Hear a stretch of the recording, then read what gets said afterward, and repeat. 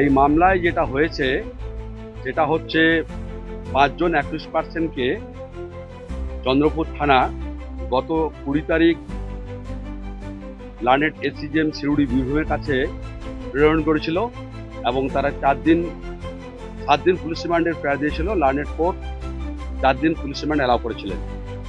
সেই রিমান্ড যখন যায় তখন লার্নেড কোর্টের ভার্ডিক্ট ছিল, সুপ্রিম কোর্টে যে ভার্ডিক্ট আছে যে কোনোভাবে অ্যাকিউজড পার্সনকে কোনোভাবে টর্চার করা যাবে না শারীরিক এবং মানসিকভাবে।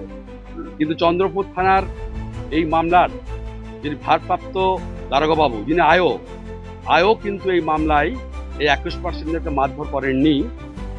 এই অ্যাকিউজড পার্সনকে মারধর করেছে একজন এএসআই অফ পুলিশ, যার নাম হচ্ছে উজ্জ্বল মাহারা।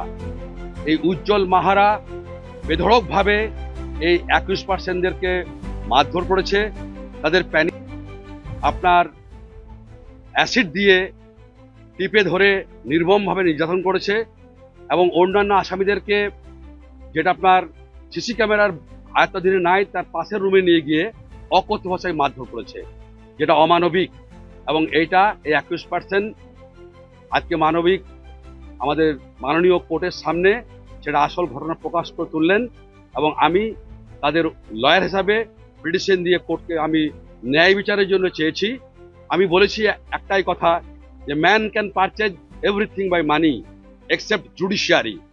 এই জুডিশিয়ারি আছে বলে এখন মানুষ বেঁচে আছে। তাই এই রিমান্ড আসামিকে টর্চার করা মানে লার্নেড কোর্টকে অপমান করা।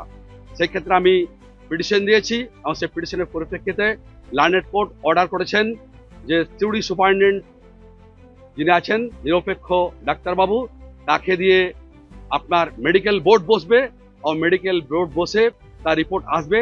রিপোর্ট আসার পরে তার বিরুদ্ধে ন্যায়সঙ্গত যে অর্ডার, সে অর্ডার উনি পাস করবেন। আজকে আপনার 5 জন অ্যাকিউজড পার্সনকে রিমান্ড থেকে তারা কোর্টে প্রডিউস করেছিল। তারা অনেক ধারা দিয়েছে, পুলিশের কাজে বাধা সৃষ্টি করা, পুলিশকে মারধর করা, গভর্নমেন্ট ভেহিক্যাল ভাঙচুর করা, এই সমস্ত অনেক ধারা দিয়েছে। কিন্তু তার পরিপ্রেক্ষিতে যে একটা বক্তব্য, ওই পুলিশ অফিসারের গাড়ি যে ড্রাইভার ছিল, সেই ড্রাইভার একটা 16 বছরের তরতাজা যুবককে অ্যাক্সিডেন্ট করে মেরে ফেলেছিল এবং সেই যুবককে তাদের এলাকার মানুষরা, আদিবাসী ভাইরা পুলিশকে অ্যাটাক করে এবং পুলিশকে বলে আপনারা কেন ডেড বডি নিয়ে চলে যাচ্ছেন এভাবে।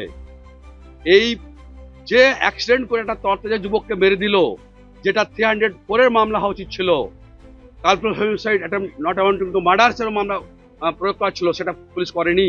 অথচ পুলিশ তাদের পিঠ বাঁচাবার জন্য অন্যায়ভাবে এই ছেলেগুলোর নামে মিথ্যা এফআইআর করে এভাবে টর্চার করে যাচ্ছে দিনের পর দিন।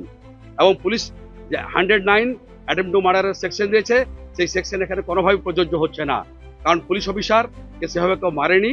শুধুমাত্র একটা তরতাজা যুবক খুন হওয়ার কারণে এলাকার মানুষ তাৎক্ষণিক একটা প্রতিক্রিয়া দিয়েছিল, তাতে পুলিশ সেভাবে কোনো মারপিট খায়নি। কিন্তু সেটা অন্য বিষয়।